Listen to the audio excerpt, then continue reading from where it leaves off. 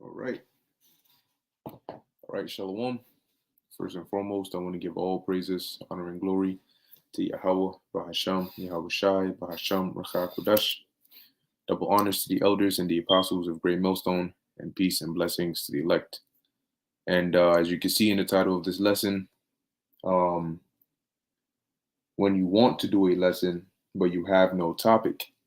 And this is interesting, the fact that I was even able to, get titled it that way because, occasionally this happens to us, all of us where, there's times when you feel, there's times when you don't really feel the spirit as heavily, but then there's times when you just, within you feel like you want to do a lesson, you're looking around for a topic. I was even speaking to brothers about this, but you look around for a topic and then, just that you're not able to, not that there is no topic around, but when you see it, it's actually the inspiration. I remember, I forgot who said it that I heard it, but they were basically saying that when you're able to do lessons, it's the inspiration, that the Most High puts upon you, that spirit. That's why you're able to see a particular thing and then you're able to think and use that topic for a lesson. Because when we do lessons, the point is to bring edification. So when we do a lesson on a specific topic or an idea, which an idea is really the spirit of the Lord, but when you see something and it provokes your mind to start thinking of precepts, start thinking of how can I tie this into the truth? How can I, bring edification from this? How can I use this as an example or do all of these things? Guess what? That's the spirit of the Lord working. That's the inspiration, of the spirit that's on you to be able to think like that. Then the precepts just start popping in your head, and then all of a sudden you're like, yo, that's a good lesson. You put it together and you go. But it's not always like that, right? There's times when you see the different topics, you see the different articles, you see the different things going on, but the inspiration that just hits you and say, oh, boom, this precept, put this together this way. Sometimes it doesn't come that way, you know. Now, I mean, I've realized that when there's moments when I want to do a lesson and I don't have a specific topic in mind, or I I just turn on the stream or turn on the camera and then just speak through the spirit. I pull the apostle to heart as he says, whenever you'll hear him occasionally when he's doing a video, he'll say, let's just see where the spirit takes me, because that's how the spirit works. It's, remember, that's why I have this precept here, the book of Matthew chapter 10 verse 20. It says, for it is not ye that speak, but the spirit of your father which speaketh in you. So it's in essence like when you go out, to the highways and byways.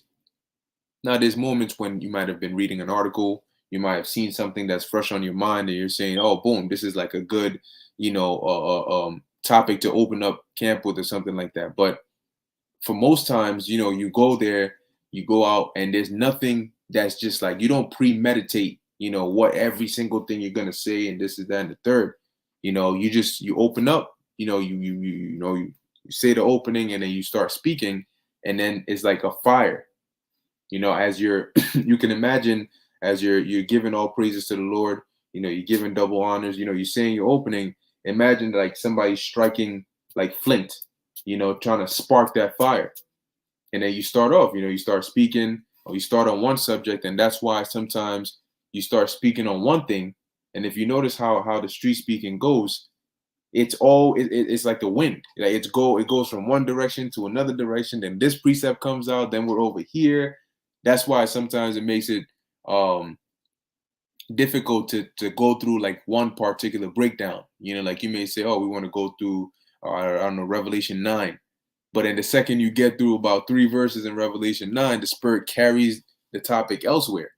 You know, either somebody comes up and asks a question, or a precept comes up, or something like that comes up, and then all of a sudden we got precepts from Genesis. You know, we're going into Isaiah, we're going into Jeremiah, and then sometimes you're able to come back to Revelation, or sometimes the Spirit just has it to where it doesn't go that way. You know, I remember just last week, we decide, oh, let's start off with this precept. This is what we're thinking of, and throughout the whole entire speaking, the Lord just had another precept this year. Then we'll speak on this. Then we'll speak on that. Then we'll speak on this. Because that goes to show you that when you speak, there's a spirit of the Lord that's on you, and you say what the Lord wants you to say. You're like a microphone, So the words that we say, like prior to saying these words, we don't know how it's going to come out. We know the precepts, we have the understanding, but to put it together, the examples we give, that when you tie in one point to another point, you say this, you say that, that's not of us. This brother, he gives great examples, he does this, but that's the Spirit of the Lord working through that vessel. To say, all right, you may read this precept, and you break it down, you give this example, you tie it in with this precept. That's all the Spirit of the Lord working. So when you get to that point, like going back to the title of the lesson, you want to do a lesson, but you have no topic. Sometimes, you just pray to the Lord and you just start speaking. And really all it takes is just one idea. A matter of fact, since I keep saying that, let us type in the word idea here in this online etymology, or online etymology dictionary, idea. So we have here the word idea. I'm sure there's going to be something good in here to see. Okay. So it says, all right. So we have your meaning, mental image or picture. It says act of thinking, as in the sense, concept of something to be done, concept of what ought to be, differing from what is observed. We have here fixed idea. Okay, so they don't really give too, like a spiritual detail into it. But when you think of how an idea works, you just have them, right? How ideas work is you just have them. Oh, I have an idea, or that's a good idea, or I just thought of something. But you never really go past that. You never really stop and say, wait, hold on. I have this idea, but it just came to me. That's how that's the definition of an idea is pretty much that. Like it just came to you. Like, oh, I was thinking about something, and then boom, this is just thought that just came to me. But you got to ask yourself, well, where is that thought coming from? What is the origin? What is the source of that thought? Clearly, it's not you if the idea came to you. So if the idea came to you, that means that it came from somewhere. Right now, like the brother posted this earlier on the comment board, this is Job 32:8. It says, but there is a spirit in man, and the inspiration of the Almighty giveth them understanding. Now let's look up the word inspiration. All right, we have here, what's that? Nashama. And it says breath, spirit, breath of God, spirit, right? And we know that the scriptures say that it is the spirit that quickeneth, right? That meaning the spirit is what makes you alive. Okay, so the inspiration, the breath of the Most High is what gives us understanding. And there are a lot of things that sometimes you meditate on them, and as you think about them, you just get a thought that just comes into your head. When we we speak on certain things, and then you're like, oh yeah, I got a precept for that. That's the Spirit of the Lord. That's the angels working on your mind to put those thoughts in your head. Okay, so going back to the point in which I started this, which is you may be doing a lesson, you may be speaking, but in there's certain points and connecting dots that you make, certain reasonings that you make, certain scriptures that you connect one with another, and that's through what? That's through the Spirit of the Lord that you're able to do that. Okay. Now I have another one here. This is the book of Acts, the 2nd chapter and the 4th verse. Now, this is dealing with when the disciples received, or the apostles received, spiritual power. And you got to understand that even in this point, in this time, when we're out there on the highways and byways and breaking down these scriptures, that is a form of spiritual power, because there's a divine spirit that's working within the bodies of us as mere mortals, as mere men, to give us the understanding. We just read that in Job 32:8, right? But there is a spirit in man, because what keeps us alive is our spirit. Alive is pretty much having a functioning body, because your spirit never dies. The concept of life and death doesn't really apply to the spirit. That applies to the flesh. Okay, when you're dead, your spirit exists. When you're alive, your spirit exists. So it's really just the unification and the separation of the spirit and the body, right? So there's a spirit in man, and the inspiration of the Almighty giveth them understanding. You see, so that ultimately the Spirit of the Most High is what gives us that understanding.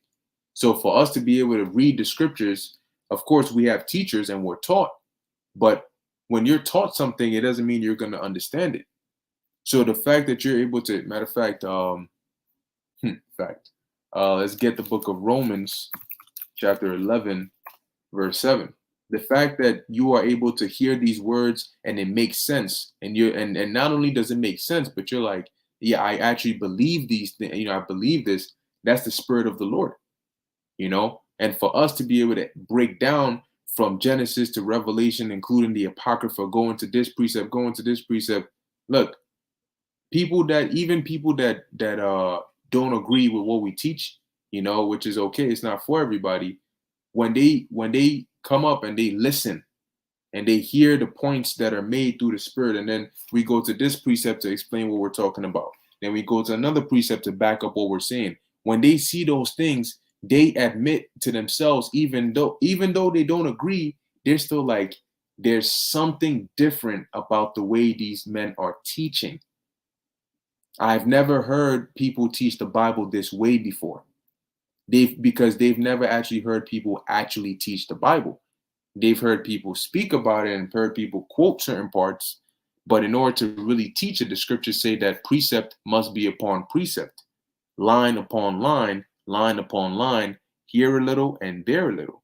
And that's what we do. We teach with the precepts. We get verses, and that's why when we start, putting the pieces together, we get this precept to explain this precept to explain this. They at first they're in awe. They're like, what? No, ain't no way. And then we bring out the precept and they see, wow, this is actually in the Bible, but I've never heard it being used this way before. I'll give you an example, right? It's like when you there's something that you see every day, you may even use it every day, but maybe you haven't been using it properly. You've been using it in a way that it works, but that's not the way that it was designed to work. So when you finally find out how it's actually supposed to work, you're like, wow, like you can't see it the same anymore. You're like, wow. And an example is like a banana. Well, I remember for the longest time, right? Let me banana fruit. Yep. I don't want to see no crazy images out here. So yeah, let's go ahead and type this here. Cool. So this is a banana, right? Now, slack here. There we go. Cool.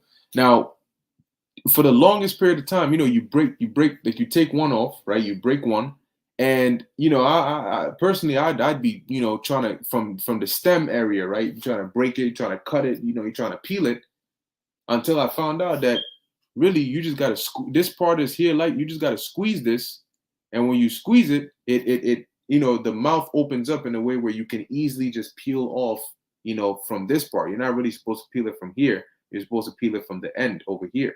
You squeeze the end and then you just peel it.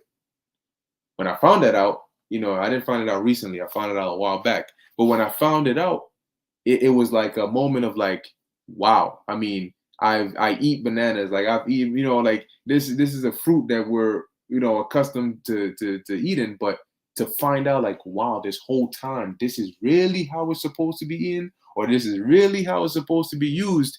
You're like, damn, like that makes so much sense. So I say that to relate it back to the scriptures, in the sense that people, yes, they can open the Bible, yes, they can read verses, but to use a verse to explain another verse, to go to a precept to back up your point, to go to another precept to explain that precept, and to know what you're talking about, to know, oh yeah, God. Yeah, God, definitely. Hey, when I found out, I was like that too. But you try it. But yeah, to use this precept, explain this, use this to explain this. I was, they're like, wow, I've never heard anybody explain the Bible that way before. Yeah, that's because it's the Spirit of the Lord showing you how it's supposed to be understood, or how it's supposed to be broken down. But even then, there's no guarantee that you're going to understand, or let me not even use the word understand. There's no guarantee that you're going to receive the message that's being sent. It can make all the sense in the world, but there's no guarantee that you're going to receive it. And you're going to say, I believe this. Because the scriptures say that what? Faith is a gift of the Lord. Okay. Now, and even an example here is, I titled this lesson the way I titled it because I didn't have a topic. So I decided to use that as a lesson title. And then when I started off, literally a couple seconds before starting the lesson is when I put these precepts on here, and I said, you know what, I'm gonna just go with however the Spirit, flows. Okay. And so here we are in the middle of a lesson. So it goes to show you that, once again, it's not up to me or you. It's about how the Spirit of the Lord works. And once that fire starts burning, the precepts are just like logs that you keep throwing in the fire to keep it burning. Right. So now, before I read Romans 11:7, this is Acts chapter 2, verse 4. It says, and they were filled with the Holy Spirit and began to speak with other tongues. Right. When the Lord brought the spiritual power of speaking different languages, it says, and as the Spirit gave them utterance. Right. As the Spirit gave them utterance. Now, yes, this is speaking about them speaking different languages, but the fact that when we're breaking down the scriptures and going into different things, prophesying, we're doing that as the Spirit gives us utterance. As we're being fed through the Spirit of the Lord to edify and to say the things we say, and connect, bring out the lesson the way the Lord wants it to come out. We're speaking as the Spirit is giving us utterance. So sometimes you may not have anything in your mind, but when you start speaking, your spirit gets connected to the source, right? And then boom, it just flows. Like the scriptures say, out of his belly shall flow rivers of living water. It'll just flow. Okay, because that's how the Spirit works. Now, this is the book of Romans, chapter 11, verse 7. It says, what then? Israel hath not obtained that which he seeketh for, but the election hath obtained it, and the rest were blinded. Right. So going back to the point that I was making, that yeah, just because, what? I might just might go up a little bit more, but just because it may make sense, right, does not mean that everybody can receive it. So that's the fact that we can not only receive and understand this word, but to teach it is a sign of divine intervention. There's a divine Spirit that's given us the understanding of what we're reading, and the Spirit that's allowing us to teach it so that others can also understand it. Okay, and that is a form of the power of the Spirit of Yahweh Ba'ashem Yahweh Shai. All right, because not everybody has been given the ability to do so. When we say it's not for everybody, it's not because we just want to sound exclusive. It's because literally it's not for everybody. It's impossible for everybody to believe what we believe, as we believe it. Why? Because we believe it through faith, and faith is a gift. Faith is not, the faith in what we believe in has not been given to everybody. Okay, that's why we always say we're only here for the elect, because those are the only ones who have been given that faith that they can believe these things. Okay, Their spirit and their ears have been designed in a way that they will be receptive to this word. So it says here, Romans 11, I'm going to jump up actually to verse 4. It says, but what saith God unto him? I have reserved to myself 7,000 men, all right, which the number 7 means, completion. So 7,000 here is not a literal 7,000 men, but it means a complete amount of men, who have not bowed the knee to the image of Baal, which really is ultimately the elect, right? Those are the spirits that have been reserved and preserved, to be able to be delivered in these times. All right, by not bowing down and not worshiping, the image of Baal, which Baal is just, an idol, or a god, a false god. Okay, so verse 5, it says, even so then at this present time also there is a remnant according to the election of grace. You hear that? So the remnant is according to the election of grace. They were chosen, okay, by the grace of the Lord. It says, and if by grace, then it is no more of works, which means that, now it doesn't mean that if you're chosen or whatever the case is, then you don't have to do the works of the Lord. No, what it means is that you're not chosen because of the works you did. You're doing the works you did because you're chosen. All right, I'm gonna say it again. The Lord didn't choose you because of the works you did. You are doing the works that you're doing because he chose you. Because the elect are the only ones that are going to do the things that the elect are going to do. Okay? You're not the elect because of what you're doing. You're doing what you're doing because you're of the elect, because only the elect are going to do those things. Okay? So it's like when they say, like, the Most High didn't choose you because you were good. You're good because he chose you. So just, in that sense, right? It says here, and if by grace, then it is no more of works. Otherwise, grace is no more grace, right? So it's like say you cut somebody slack, right? Like let me actually type in here the definition here they have of grace. Now they have here is charis, all right, and it says here that which affords joy, pleasure, delight, sweetness, charm, lovingness. It says of the merciful kindness by which the Most High, or God, exerting his holy influence upon souls, turns them to Hamashiach, keeps, strengthens, and increases them in Christian faith, knowledge, affection, and kindles them to the exercise of Christian virtue. It says, what is due to grace? The spiritual condition of one governed by the power of divine grace. It says here, benefit, bounty, a gift of grace, the token, proof, service, favors, right? So let's take the word favor, for example. Like it's like somebody doing you a favor. If somebody does a favor to you or a favor for you, then it's not about, like you doing something to deserve that, right? You're only getting it because they're doing you a favor, not because you deserve it. You've done something that's like, no, you're not doing me a favor. This is like the result of my work, right? So if you think of it in that sense, as it says, if by grace, right, not because you were, super duper this and that, no, but because of the favor of the mercy of the Lord, then it is no more of works. Your reward, is not coming based on your works, because ultimately, like the scriptures say, faith without works is dead. But what did the apostle James say? What does he said? Show me your faith without your works, and I'll show you my faith by my works. Right? So you show faith by your works. Why do you get up to go to work every day? Because you believe that when you do go to work, you will get paid. Right? So how do you show that you believe that you're going to get paid? By going to work. If you don't believe you're going to get paid, you're not going to be going to work. Right? If somebody tells you, hey, do this and I'll give you $1 million, you're only going to do it if you believe that you're actually going to get $1 million.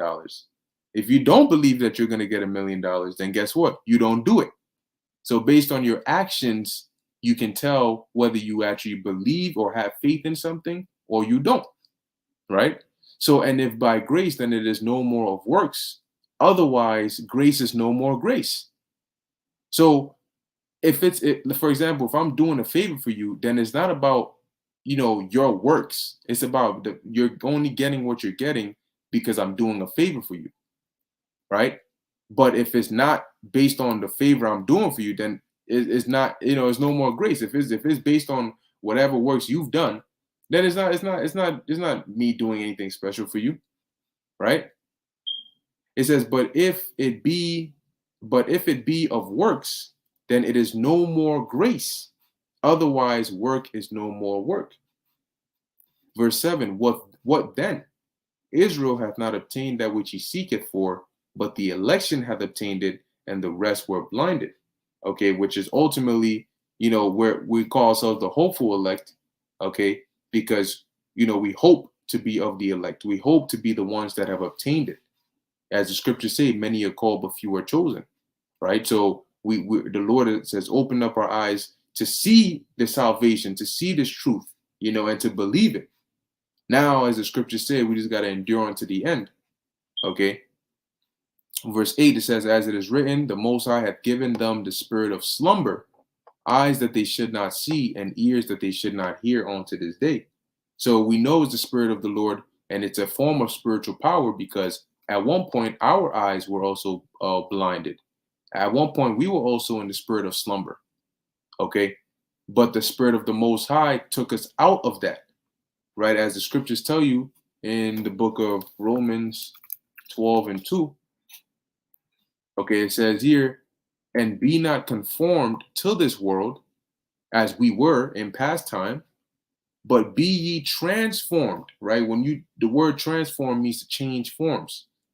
Okay, so be transformed by the renewing of your mind. Why? Because what your body does, as the saying goes, what the mind says, the body follows. So what your body does is based on the condition of your mind, right? So when you change your mind, when you change the forms of your mind, you go from having a mind after sin to a mind well instructed, right? When you go from having a carnal mind to a mind that follows the spirit, then it says what? Transformed by the renewing of your mind. So now the way you live is going to be different. You're going to change forms. You're going to go from the old man to the new man by renewing your mind. So as where you used to eat pork, you don't eat pork anymore. You used to commit adultery, you don't do that anymore. You used to get these fresh lineups, you don't do that anymore. Like the things that you used to do that were of the world, that were not of the Lord, you stop doing those. You change forms because your mind has been renewed, right? You know better now. It says that ye may prove what is that good and acceptable and perfect will of God. Okay. So going back to the point now, for you to be able to change forms, that has to be by what? The spirit of Yahweh Bashem Yahushai. It's not of us. Okay. Now, and that was pretty much it. I just wanted to, bring out a few points on there, and overall just to put emphasis on the point that it's all the spirit of the Lord. As like I titled it, if when you want to do a lesson but you have no topic, sometimes you just pray and just go through the spirit. Of course the scriptures talk about not forcing the course of the river. Sometimes it's just the point where you just don't feel it at all. But other times you may feel that way, but that just might be because you haven't started speaking. How many times have you been at camp and you go there and you're probably like, man, I don't even, the spirit ain't even on me to speak. And then somebody else starts speaking and then the spirit jumps on you, or you start speaking and then the spirit jumps on you. That's how it works. It's like a fire. You can catch on fire without starting the fire. So long as it just touches you and it can catch on fire. So how much more the spiritual fire, So it's all the spirit of the Lord that works. So long as you're willing to walk the path that the Lord has set for you, he'll always, provide you a path. It's just, are you willing to walk it? So yeah, let me read a couple of these precepts and then Lord willing, we'll close it out. All right, see brothers posting some good ones on here. This is oh man. Yep, this is a good one. This is Yahar's Judah, Israel, Romans 9:31. Uh, it says, "But Israel hath followed after the law of righteousness." But it says, "But Israel, which followed after the law of righteousness, hath not attained to the law of righteousness." Verse 32. Wherefore, because they sought it not by faith, but as it were by works of the law, for they stumbled at that stumbling stone. Which is why, well, let's read verse 33. As it is written, "Behold, I lay in Sion a stumbling stone, a rock of offense, and whosoever believeth on him shall not be ashamed." And that stumbling stone and rock of offense is Yahushua. Okay, as you can see, it says, "Whosoever believeth on him." That's Yahushua. Okay, so because they were doing this of the works of the law and not seeking to attain the righteousness of faith, they were blinded and they couldn't receive the fact that the Messiah was on the scene. All right, and to believe in him. So they chose, even when Yahushua was on the scene, they chose the work, the physical carnal works, which weren't enough to save you or deliver you. All right. So like my battery's running low. I'm just gonna cap it. Oh, okay, all right, okay. Right, so they chose that and they weren't able to receive, the or Salakia, they weren't able to believe, upon Yahushua. They were blinded. All right. Let's see. Yep, this is Big Nez, Isaiah 10:21. The remnant shall return, even the remnant of Jacob, onto the mighty power. Okay, so those are the complete number of souls that have been reserved from bowing the knee to Baal, from losing faith in Yahweh Ba'ashem Yahushai, no matter what. As the scriptures say, if it were possible, they should deceive the very elect, but it's not possible for them to do that, So it's all the Spirit of the Lord, everything that happens, every thought, every step I take, but it's all the Spirit of the Lord, everything that you do, everything you think, all of that, so, just going back to the original point, there's moments when you will have that, you may not have a topic, you may not have a title, but sometimes it's worth just, praying, and just start speaking. And as you're speaking, there's bound to be something that you'll say that will trigger a precept, or, a brother or, not a sister, a brother might put a precept on a comment board, and, it may just start the ball rolling. You just got to get the ball rolling, and then the Spirit will take over completely from there. So anyway, with that, Lord willing, this is edifying to the elect. The water for the precepts. And in closing, I want to give all praises, honor, and glory to Yahweh, Bahasham, Yahushai, Bahasham, Rakak Dash. Shalom.